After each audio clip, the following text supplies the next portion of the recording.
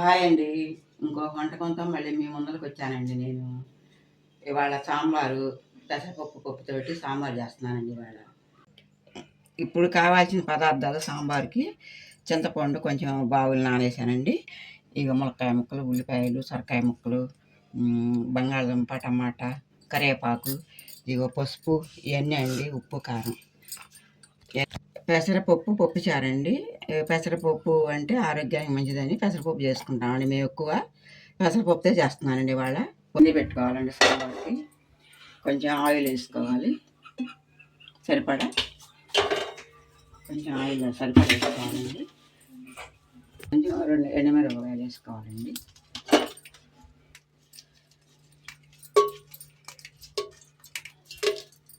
కొంచెం తాలిసుకోవాలండి సరిపడా.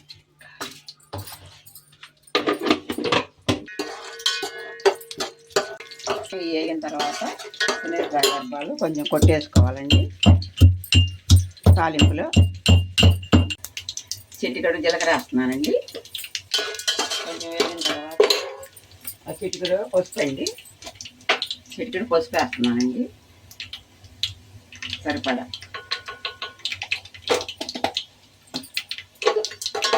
కొంచెం వేగిందండి తాలింపు. ఇప్పుడు కరివేపాకు వేసుకుంటున్నానండి.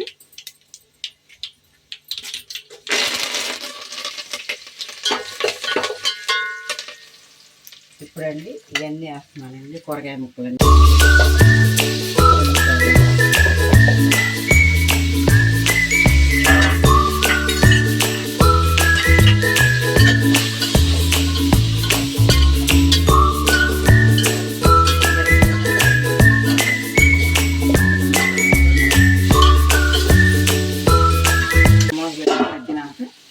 ఇప్పుడు కొంచెం ములక్కాయ ముక్కలు, ఉల్లిపాయ ముక్కలు కొంచెం చిన్నవి కట్ చేశానండి. కట్ చేస్తే కొంచెం బాగుంటాయని కొంచెం చిన్నవి చేశానండి. కొంచెం పెద్ద చేసుకోవాలని చేసుకోవచ్చు మనం.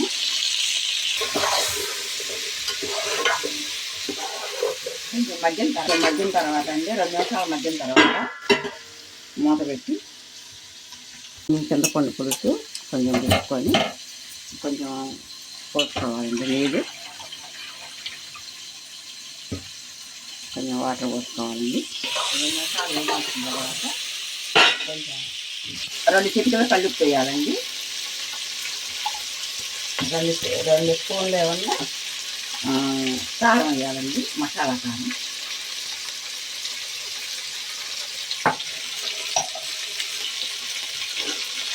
రెండు నిమిషాలు వేగిన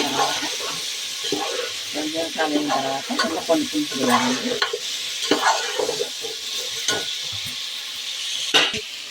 ఇప్పుడు కొంచెం పులుసు పోసుకోవాలండి.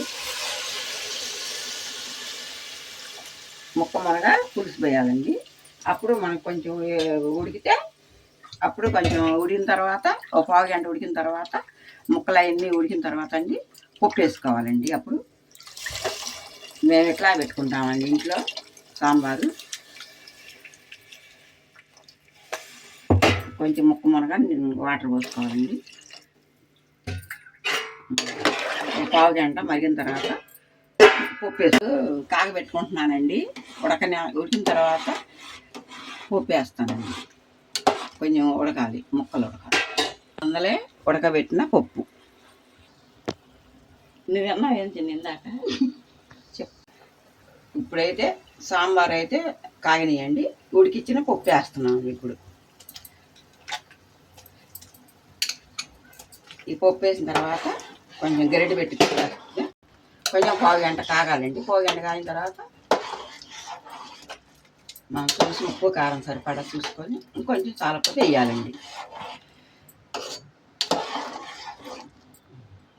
మూత పెట్టేసి ఇప్పుడు చారు అయితే కాయనియండి.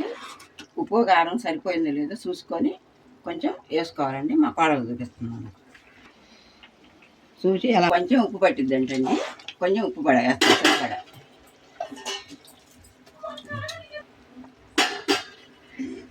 ఇప్పుడు కొంచెం చిక్కదనం కావాలంటే సాంబారు కొంచెం పప్పు వేసుకోవాలండి. ఇందాక వేసింది చాలేదు. ఇప్పుడు కొంచెం లూజుగా కావాలంటే మిక్సీ వేసుకోవాలండి. పప్పు అంటారు, పప్పు చారు అంటారండి దీన్ని. మేమైతే చక్కగా అవి కోసుకుంటామండి. ఇక మీ ఇష్టం, కొంచెం వేసుకోవాలంటే ఇంకెక్కువ వేసుకోవాలి, లేదంటే తక్కువ వేసుకోవచ్చు. మంచిదండి, బాగుంటుంది. మేము ఇంట్లో చేసుకొని వాడుకుంటామండి పెసరపప్పు చారు.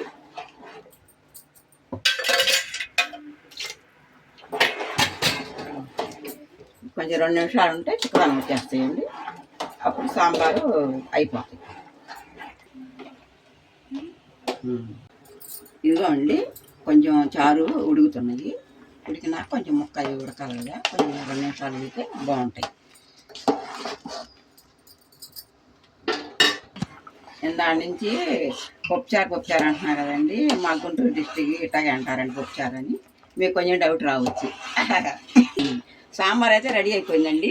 పొయ్యి ఆఫ్ చేస్తున్నాము. అయినా కొంచెం కొత్తిమీర వేసుకొని కొంచెం తీసేసుకోవడం అండి. అప్పుడు టేస్ట్గా బాగుంటాయి.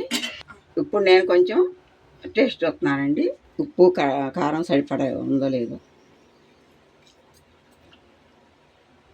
బాగుంటాయి సాంబారు కానీ పప్పుచారు కానీ. మా పద్ధతిలో పప్పుచారు అంటామండి. నా స్టైల్లో పప్పుచారు అయితే అయిపోయినాయండి. మీకు నచ్చితే కామెంట్ చేయండి. ఇంకా మీకు నచ్చితే కనుక చేయమంటే చేసి చూపిస్తానండి. నమస్కారం.